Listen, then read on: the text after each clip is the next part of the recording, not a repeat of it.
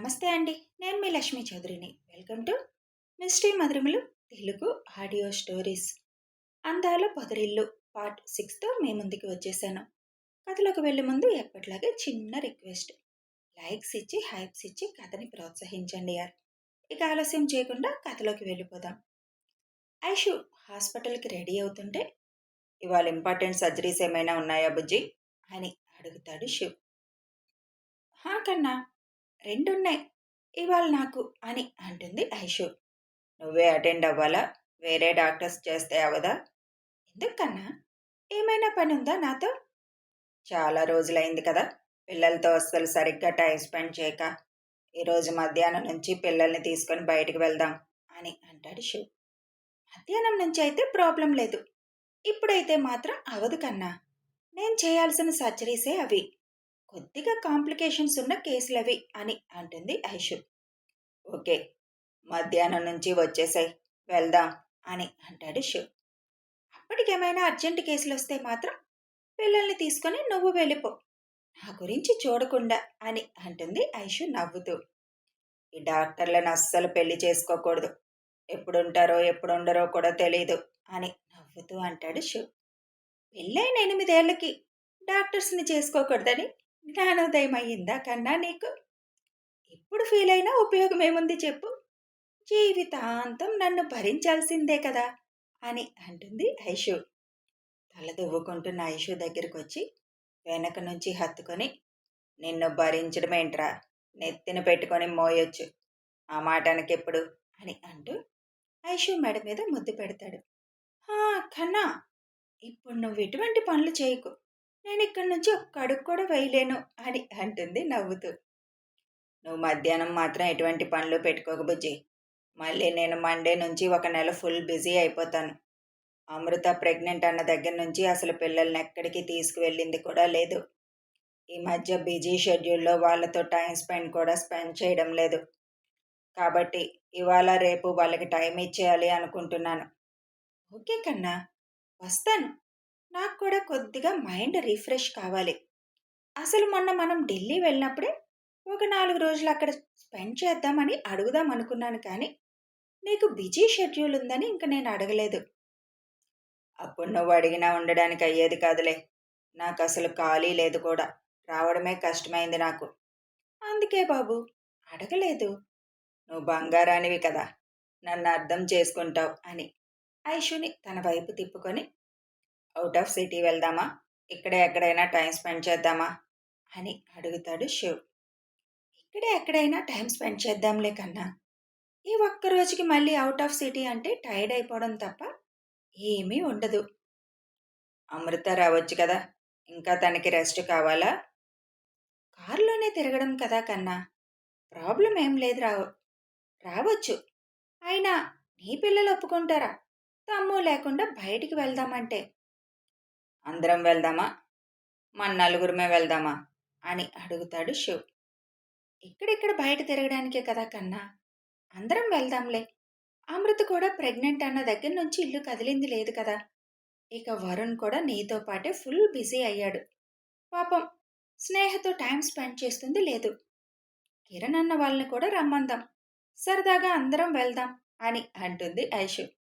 ఇంకెందుకు, మొత్తం ఫ్యామిలీ అందరం వెళ్ళిపోదామా అని అంటాడు శివ్. నాతో పిల్లలతో మాత్రమే టైం స్పెండ్ చేయాలని అనుకుంటున్నావా కన్నా అని అడుగుతుంది ఐషు. ఐషు నుదురు మీద ముద్దు పెడుతూ, అలా ఏం లేదులే, అందరం వెళ్దామని అనుకున్నాను. నిన్నే మీ కిరణ్ అన్న కూడా ఫోన్ చేసి బోర్ కొడుతుందిరా, ఎటైనా వెళ్ళాలని ఉంది సరదాగా అని అన్నాడు. సరే అయితే, తమరి ఇంట్లోనే ఉంటారుగా, అందరికీ ఇన్ఫామ్ చేసుకోండి. ముఖ్యంగా మీ మరదల స్నేహకి చేసుకోండి. అప్పుడప్పుడు చెప్తే మేడం రాదు, మళ్ళీ మా మరిది సింగిల్గా రావడానికి ఫీల్ అవుతాడు అని అంటుంది ఐషు. మీ డాక్టర్ మరిదికి మాత్రం ఎటువంటి అపాయింట్మెంట్స్ పెట్టుకోవద్దని చెప్పు. చెప్తానులే. వెళ్దామా కిందకి? నీ పిల్లలు చూసావా, ఇంతకుముందు ఉదయాన్నే అమ్మ నాన్న అనుకుంటూ రూమ్లోకి వచ్చేవాళ్ళు. ఇప్పుడు కనీసం మన వైపు తొంగి కూడా చూడడం లేదు. పొద్దున్న లేస్తే తమ్ము జపం చేస్తున్నారు ఇద్దరు అంటుంది నవ్వుతూ. వాడున్నాడు కాబట్టి ఈసారి నేను బిజీ షెడ్యూల్లో ఉన్నా, నన్ను మిస్ అయిన ఫీలింగ్ వాళ్ళకి రాలేదు. లేదంటే నన్ను ఊరుకునే వాళ్ళ అసలు అని నవ్వుతూ అంటాడు శివ్. ఇద్దరూ కిందకి రాగానే గుడ్ మార్నింగ్ నాన్న, గుడ్ మార్నింగ్ బుజ్జమ్మ అని చెప్తున్న పిల్లల దగ్గరికి వెళ్ళి వాళ్ళిద్దరిని ఒళ్ళో కూర్చోబెట్టుకొని ఇద్దరికీ ముద్దు పెడుతూ గుడ్ మార్నింగ్ చెప్తాడు శివ్. వాళ్ళిద్దరిని ఒళ్ళో కూర్చోబెట్టుకోవడం ఉయ్యాల్లో నుంచి చూసిన బుజ్జిగాడు తనని ఎత్తుకోమన్నట్లుగా కేరింతలు కొట్టడం మొదలు పెడతాడు. వాళ్ళని ఎత్తుకొని వాడిని ఎత్తుకోలేదని చూడు, ఎలా గోల చేస్తున్నాడు అని ఐషు అనగానే అక్కడే ఉన్న అన్వేష్ వాడిని ఎత్తుకుంటాడు. అయినా ఊరుకోకుండా శివ్ వైపు పిల్లల వైపు చూస్తూ వాళ్ళ దగ్గరికి వెళ్ళాలని ముందుకి ముందుకి దూకుతూ ఉంటాడు బుజ్జిగాడు. శివ్ వాడిని తీసుకునే వరకు ఊరుకోడు. ఆశని సరిగ్గా కూర్చోబెట్టుకొని వాడిని కూడా చేతుల్లోకి తీసుకుంటాడు శివ్. బుజ్జిగాడికి కూడా గుడ్ మార్నింగ్ చెప్తూ కిస్ పెట్టగానే నవ్వుతూ పేదాలు సాగదీస్తాడు. వరుణ్ కూడా శివ్ పక్కకి ఇంకోవైపు చేరడంతో మధ్యాహ్నం నుంచి బయటికి వెళ్దాం, నువ్వేం అపాయింట్మెంట్స్ పెట్టుకోకు చిన్నా అని అన్వేష్కి చెప్పి నువ్వు స్నేహకి ఫోన్ చేసి మధ్యాహ్నం నుంచి రెడీగా ఉండమని చెప్పు అని వరుణ్కి చెబుతాడు శివ్. నాన్న బయటికి వెళ్తున్నామా అని ఆనందంగా అడుగుతారు పిల్లలిద్దరూ. నాన్న, చాలా రోజులైంది కదా మిమ్మల్ని ఎక్కడికి తీసుకువెళ్ళక, సరదాగా అలా తిరిగేసొద్దాం ఇవాళ అని అంటాడు శివ్. మరి తమ్ము అని అంటుంది ఆశి. తమ్ము కూడా, అందరం వెళ్దాం. కిరణ్ మామ, రాజు మామ వాళ్ళకు కూడా ఫోన్ చేస్తాను. మీ పిల్లలందరూ ఎంజాయ్ చేదురు గాని ఎక్కడికి వెళ్దాం అని అడుగుతాడు శివ్. మీ ఇష్టం నాన్న, ఎక్కడికి తీసుకువెళ్ళినా మాకు ఓకే అని అంటాడు ఆయు. నాన్న నైట్కి రేష్ పెట్టుకుందామా అని అడుగుతుంది ఆశి. అవును నాన్న, చాలా డేస్ అయిపోయింది మీరు అసలు రేష్ పెట్టుకుందాం నాన్న నైట్కి, ప్లీజ్ ప్లీజ్ అని అంటాడు ఆయు కూడా. ఓకే డన్, ఇవాళ మధ్యాహ్నం నుంచి అన్నీ మీ ఇష్ట ప్రకారమే జరుగుతాయి అని అంటాడు శివ్. థ్యాంక్ యూ నాన్న అంటూ ఇద్దరు శివుకి చెరొక బొగ్గు మీద ముద్దిచ్చేసి నాన్న టిఫిన్ పెట్టు, కడుపులో ర్యాష్ పరిగెడుతున్నాయి అని పరిగెత్తుకుంటూ డైనింగ్ టేబుల్ దగ్గరికి వెళ్తారు ఇద్దరు. అందరూ రండి ఒకేసారి తినేద్దాం అని విజయ గారు పిలవడంతో బుజ్జిగాడిని ఎత్తుకొని డైనింగ్ టేబుల్ దగ్గరికి వెళ్తాడు శివ్. వాడిని ఉయ్యాల్లో వేయాల్సింది బావుగారు, అమ్మమ్మ ఉన్నారు కదా చూస్తారు అని అంటుంది అమృత. పర్వాలేదులే, మేనేజ్ చేయొచ్చు అని వాడిని ఒళ్ళో కూర్చోబెట్టుకొని కూర్చుంటాడు శివ్. బ్రేక్ఫాస్ట్ చేస్తూ మీరందరూ మధ్యాహ్నం నుంచి మన ఫామ్ హౌస్ దగ్గరికి వెళ్ళిపోండి నాన్న, ఈ నైట్ అక్కడే ఉందాం. నైట్ రేస్ అంటున్నారు పిల్లలు, అక్కడైతే బాగుంటుంది. అనురాధ అత్త వాళ్ళని కూడా రమ్మని చెప్పండి అని అంటాడు శివ్. అన్నయ్య బైక్ రేసా కార్ రేసా? బైక్ రేస్ అంటే బైక్స్ కూడా పంపించాలి కదా మనం అక్కడికి అని అంటాడు వరుణ్. ఫస్ట్ బైక్ రేస్ పెడదాం నాన్న, బుజ్జమ్మ బైక్ రేస్ చూసి చాలా రోజులు అయిపోయింది అని అంటాడు ఆయు. ఓకే, సెక్యూరిటీ తీసుకొస్తారులే బైక్స్ అక్కడికి అని అంటాడు శివ్. అబ్బా, చాలా మంచి మాట చెప్పావు శివ్, చాలా రోజులైపోయింది ఇల్లు దాటి మనం ఎక్కడికి వెళ్ళక అని అంటారు రుక్మిణి గారు. మధ్యాహ్నం లంచ్ చేసేసి మేము బయటికి వెళ్ళి పిల్లలతో అలా తిరిగేసి ఫామ్ హౌస్కి వచ్చేస్తాం, మీరు డైరెక్ట్గా ఫామ్ హౌస్కి వెళ్ళిపోండి అని బ్రేక్ఫాస్ట్ చేయడం అయిపోవడంతో కిరణ్ వాళ్ళకి ఫోన్ చేయడానికి వెళ్తాడు శివ్. కన్నా అంకిత్ ఆనంద్ అనే వాళ్ళకు కూడా చేయి ఫోన్ అని శివ్ ఫోన్ చేయడం చూసి చెబుతుంది ఐషు. అలాగే అని శివ్ అనగానే ఇక మేము బయలుదేరుతామని అన్వేష్, ఐషు, వంశీ హాస్పిటల్కి బయలుదేరుతారు. డాక్టర్లకి మాత్రం వీకెండ్స్ ఉండవు కదా అని వాళ్ళు వెళ్తుంటే అంటాడు ఆయు. డాక్టర్ ఇంట్లో ఉంటే పేషెంట్లు ఏమైపోవాలి అని నవ్వుతూ అంటారు నరసింహ గారు. అందరికీ ఫోన్లు చేసి చెప్పేసి చేతిలో ఉన్న బుజ్జిగాడిని ఒళ్ళో కూర్చోబెట్టుకుంటూ సోఫాలో సెటిల్ అవుతాడు శివ్. సుభద్ర గారిని తీసుకొని వసుంధర హాస్పిటల్లోకి ఎంటర్ అవుతుంది వాసంతి. అక్కడ రిసెప్షనిస్ట్కి విజిటింగ్ కార్డు చూపించడంతో ఆవిడ అన్వేష్ దగ్గరికి పంపించడానికి ఓపీ రాస్తుంది. మీరు లెఫ్ట్ సైడ్ వెళ్ళి 3rd రూమ్ దగ్గర వెయిట్ చేయండి అని చెప్పి పంపిస్తుంది వాళ్ళని. చాలా పెద్ద హాస్పిటల్ కదమ్మా అని వచ్చి అన్వేష్ అనే బోర్డున్న క్యాబిన్ ముందు కూర్చుంటారు. విజిటింగ్ కార్డు చూడగానే ఏం మాట్లాడకుండా డాక్టర్కి చూపించడానికి పంపించారంటే ఆయన కూడా ఇందులో వర్క్ చేస్తారా అని వరుణ్ గురించి ఆలోచించడం మొదలుపెట్టింది వాసంతి. స్నేహ, నీకు బొటిక్ క్లోజ్ చేయడం అవుతుందా మధ్యాహ్నం నుంచి? వరుణ్ నీకు ఫోన్ చేసి ఉంటాడు కదా అని అనురాధ గారు బొటిక్కి వెళ్ళడానికి రెడీ అవుతున్న స్నేహని అడుగుతారు. బావ చేశారమ్మా నాకు ఫోను. క్లోజ్ చేయడం ఎందుకు? వర్కర్స్ స్టాఫ్ పని చేసుకుంటారు. టీవీ ఉంది కదా తను చూసుకుంటుంది అని అంటుంది స్నేహ. మరి క్లోజ్ చేసే టైంకి నువ్వు లేకపోతే వాళ్ళు చేసుకొని వెళ్ళిపోతారా అని అడుగుతారు అనురాధ గారు. "హా, వాళ్ళే చేసుకొని వెళ్ళిపోతారు. అవకాశం ఉంటే బావ నేను అటు వెళ్ళి చూసుకొని వస్తాం." సరే మరి మధ్యాహ్నం లంచ్కి వచ్చేస్తావు కదా ఇక్కడికి? ఆహా రాను, బావ బయట తినేద్దాం అన్నారు. అయితే మొత్తం ప్లాన్ వేసేసుకున్నారా బావ మరదలు అని నవ్వుతూ అంటారు అనురాధ.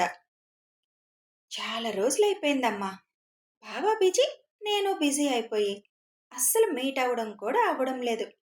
కనీసం ఫోన్ కూడా చేసుకోవడం అవడం లేదు. శివబాబు ఈ ప్రోగ్రాం పెట్టారు, మిస్ అవ్వలేను.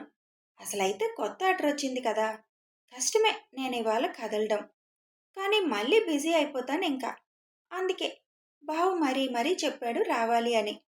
పైగా ఫ్యామిలీ అంతా మీట్ అవుతాం కదా సాయంత్రం, అది ఎలా మిస్ చేసుకుంటాను?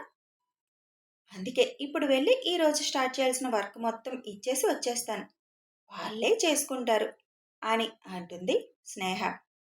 వీళ్ళిద్దరూ ఇప్పుడు కెరీర్లో సెటిల్ అయిపోయారు కదా అనురాధ, ఇక పెళ్లి మాటలు మాట్లాడితే బెస్ట్ కదా, ఇంకా లేట్ చేయడం ఎందుకు అని అంటారు అనురాధ అత్తగారు. లేదు నాన్నమ్మ, ఇప్పుడే కాదు, ఇంకా సంవత్సరం టైం ఉంది మాకు, అప్పుడే పెళ్ళి అని అంటుంది స్నేహ. పెళ్లి మాటలు మాట్లాడుకున్నాక ఇంత లేటు చేయకూడదు అని అంటారు పెద్దావిడ. ఇప్పుడు బాబు ఫుల్ బిజీగా ఉన్నాడు, నేను ఫుల్ బిజీగా ఉన్నా. ఇప్పుడిప్పుడే కెరీర్లో ఒక పొజిషన్కి వస్తున్నాం. అయినా మా వయసేమీ ఎక్కువ అయిపోలేదు కదా, సంవత్సరం ఎంతసేపు గిర్రం తిరిగి వచ్చేస్తుంది. నా పెళ్లి చూడాలని అంత తొందరగా ఉందా ఏంటి అని నవ్వుతూ అడుగుతుంది స్నేహ. అలా అని కాదురా, అనుకున్నప్పుడే చేసేయడం మంచిది అని స్నేహ నాయనమ్మ అనగానే, మీకేం అనుమానం అవసరం లేదు అత్తయ్య, ఈ కాలం పిల్లలు మనసు మార్చుకుంటారనే కదా మీ భయం. అక్కడ ఉన్నది ఘటంనేని ఇంటి వారసుడు, ఒక్కసారి మాటిచ్చాక ప్రాణం పోయిన ఆ మాట తప్పరు. ఆ భయం మీకేం అక్కర్లేదు. నా అల్లుడి మీద నాకు పూర్తిగా నమ్మకం ఉంది, ఏం మాట తప్పుడు. మాట తప్పుతాడని కాదమ్మా, ఈ రోజుల్లో ఎర్రగా బుర్రగా ఉన్న పిల్లల్ని వదులుతున్నారా, మాయలో వేసుకోవాలని చూస్తారు, అదే నా భయం. అలా మాయలో పడే రకం కాదులేండి నా మేనల్లుడు. సరే మీ ఇష్టం, నాదేముంది, తొందరగా పెళ్లి జరిగితే చూద్దామని ఆనందం అంతే. చూద్దురులే నాయనమ్మ, ఇంకా ఒక్క సంవత్సరం ఆగండి చూతురు గాని. ఈలోపు అన్నగారికి ఎక్కడ పోస్టింగ్ ఇస్తారు అని ఆలోచిస్తూ ఉండండి. కలెక్టర్ గారికి పోస్టింగ్ ఇవ్వగానే సెలబ్రేషన్స్ చేసుకోవాలి కదా మనం అని అంటుంది. అప్పుడే రూమ్లో నుంచి బయటికి వచ్చిన శ్రీహితిని చూస్తూ, ఏం పోస్టింగ్లో, ఈ రాజకీయాల వల్ల ట్రైనింగ్ అయి 3 నెలలు అయిపోయినా పోస్టింగ్ మాత్రం ఇంకా ఇవ్వలేదు అని అంటాడు శ్రీహిత్. ఇస్తారులే అన్నా, ఒకసారి జాబ్లో దూరామంటే ఇంక నీకు ఖాళీ ఉండదు, ఈ ఫ్రీ టైం బాగా ఎంజాయ్ చేయి అని అంటుంది స్నేహ ఐవింగ్ చేస్తూ. నా చెల్లెలేమో రోజంతా కష్టపడిపోతుంది, ఫ్యామిలీలో అందరూ ఎవరు బిజీలో వాళ్ళు ఉన్నారు, నేను ఒక్కడనే ఖాళీగా కూర్చున్నాను, ఏం ఎంజాయ్ చేయను అని అంటాడు శ్రీహిత్. ఒక వారం రోజుల్లో నీకు పోస్టింగ్ వచ్చేస్తుంది చూడు అని దీవిస్తున్నట్లుగా చెయ్యి పెట్టి అంటుంది స్నేహ. వస్తే మంచిదే నీ నోటి మాట వల్ల అని, నేను డ్రాప్ చేయనా నిన్ను అని అడుగుతాడు. ఆ పని చేసి పుణ్యం కట్టుకో బాబు, ఇప్పుడు నేను స్కూటీ వేసుకొని వెళ్తే మధ్యాహ్నం బావొచ్చి నన్ను తీసుకువెళ్ళిపోతాడు. మళ్ళీ స్కూటీ అక్కడ ఉండిపోతే రేపు ఉదయం ఎలా వెళ్ళాలి అని ఇందాకటి నుంచి ఆలోచిస్తున్నా. ఇప్పుడు నువ్వు డ్రాప్ చేస్తానని నా నెత్తి మీద పాలు పోసావు తెలుసా అంటుంది డ్రామాటిక్గా. కొంచెం ఎక్కువ లేదు ఈ డైలాగ్స్ అని అంటాడు నవ్వుతూ శ్రీహిత్. అయ్యాయా, అయినా పర్వాలేదులే అని బ్రేక్ఫాస్ట్ చేయడానికి కూర్చుంటారు అన్నా చెల్లెళ్ళు ఇద్దరు. హిత్కి కూడా ఏదో ఒక సంబంధం చూస్తే ఇద్దరికీ ఒకేసారి చేసేస్తే పోతుంది కదా అనురాధ అంటారు స్నేహ నాయనమ్మ. ఏంటి నాయనమ్మ, పొద్దున్నే పెళ్ళిళ్ళ పిచ్చి పట్టుకుంది నీకు అని నవ్వుతూ అడుగుతాడు హిత్. మనవడు మనవరాలు పెళ్లి చూడాలని కోరిక బాగా వచ్చినట్టుందిలే మీ నాయనమ్మకి అని నవ్వుతూ ఇద్దరికి టిఫిన్ వడ్డిస్తారు అనురాధ గారు. ఎత్తికి బయట చూడాల్సిందేగా, అయిన వాళ్ళల్లో ఎవరూ లేరు కదా, ఇప్పటి నుంచి మొదలు పెడితే మంచి అమ్మాయి దొరుకుతుంది, అసలే ఆడపిల్లలు కరువుగా ఉన్నారిప్పుడు అని అంటారు స్నేహ నాయనమ్మ నవ్వుతూ. ఇక్కడుంటే ఇప్పుడే పెళ్లి చేసేయమనేటట్టుంది నాయనమ్మ. వెళ్దాం పద అని స్నేహని తీసుకొని టిఫిన్ తినడం అయిపోవడంతో బయటికి వెళ్ళిపోతాడు శ్రీహిత్. బాయ్ అమ్మా అని ఇద్దరు అక్కడి నుంచి బయలుదేరుతారు. కథ కొనసాగుతుంది. మరి స్నేహ నాయనమ్మ భయపడినట్టు ఏమైనా జరుగుతుందా? రేస్లో ఎవరు గెలవబోతున్నారు చూడాలి అంటే కథని ఫాలో అయిపోండి. వీడియో నచ్చితే ఒక లైక్ చేయండి, షేర్ చేయండి, కామెంట్స్ రూపంలో మీ అభిప్రాయాలు తెలియచేయండి, సబ్స్క్రైబ్ చేసుకొని ఛానల్ సపోర్ట్ చేయండి. Thanks for watching and listening.